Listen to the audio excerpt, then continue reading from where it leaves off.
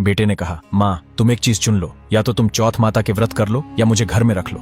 अगर तुम व्रत करोगी तो मैं यह घर छोड़कर चला जाऊंगा। बूढ़ी माँ ने बड़े नम्र स्वभाव से कहा, बेटा मैं न तो तुझे छोड़ सकती हूँ न चौथ माता के व्रत छोड़ सकती हूँ, लेकिन तू अगर एक पड़ोसन के कहने पर घर छोड़कर जाना चाहता है तो चला जा। बेटे ने माँ की एक न सुनी और कहा, ठीक है मैं जा रहा हूँ। बूढ़ी माँ ने कहा, ठीक है तुझे जाना है तो तू जा, मेरे कहने से तू रुकेगा भी नहीं। बस मेरी एक बात का ध्यान रखना, कभी कोई मुसीबत आए तो चौथ माता को याद कर लेना, वह तेरी रक्षा अवश्य करेंगी, क्योंकि मैंने तेरे लिए ही व्रत किए हैं। बेटा गुस्से में वहां से चल पड़ा। चलते चलते वह एक जंगल में पहुंचा। उसके सामने से एक गहरी नदी बह रही थी। वह जैसे ही नदी के अंदर गया, नदी का बहाव उसे डुबाने लगा।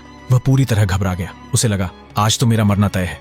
फिर उसे अपनी माँ की कही हुई बात याद आई। उसने अपनी आंखें बंद की और चौथ माता को याद किया, अगर मेरी माँ ने आपके सच्चे मन से व्रत किए हैं तो आप इस नदी को सूखा दो और मेरी जान बचा लो। ये बोलकर जैसे ही उसने आंखें खोली, उसने देखा कि नदी का पानी पूरी तरह सूख चुका है। अब वह बड़े आराम से वहां से निकल गया और आगे की ओर चल पड़ा। अभी वह कुछ ही दूर चला था कि सामने से उसे एक भयानक शेर आता हुआ दिखाई दिया। शेर को देखकर वह एक पेड़ के पीछे छुप गया। शेर चलते चलते थोड़ी ही दूर आया था कि उसे इंसानी महक आने लगी और शेर इधर उधर घूमकर इंसान को ढूंढने लगा।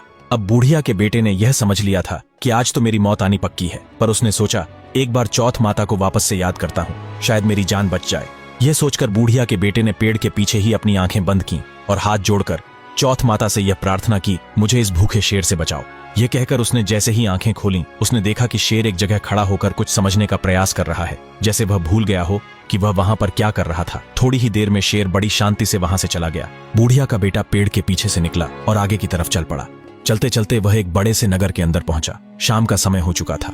अब बूढ़िया का बेटा पूरी तरह थक चुका था। उसने आराम करने के लिए एक घर की दीवार का सहारा लिया और बैठ गया। अब उसे अपनी गलतियों का एहसास हो रहा था कि तो मैं अपनी पड़ोसन की बातों में आता और न मुझे यह दिन देखना पड़ता। हाय, मेरी माँ मेरे लिए व्रत रखती और मैं उसे ही बुरा भला बोलकर आ गया। शायद आज इसीलिए मुझे एक वक्त का खाना तक नसीब नहीं हो रहा। मैं इसी के लायक हूँ। बूढ़िया का बेटा यह सोच ही रहा था कि उसे घर के अंदर से एक औरत के सिसक सिसक कर रोने की आवाज सुनाई दी। आवाज सुनकर वह बड़ा हैरान हुआ और उसने घर के अंदर जाकर यह देखने का विचार किया कि अंदर कौन रो रहा है। और फिर क्या हुआ, कहानी का अगला भाग जानने के लिए चैनल को सब्सक्राइब करके कमेंट में नेक्स्ट पार्ट जरूर लिखें।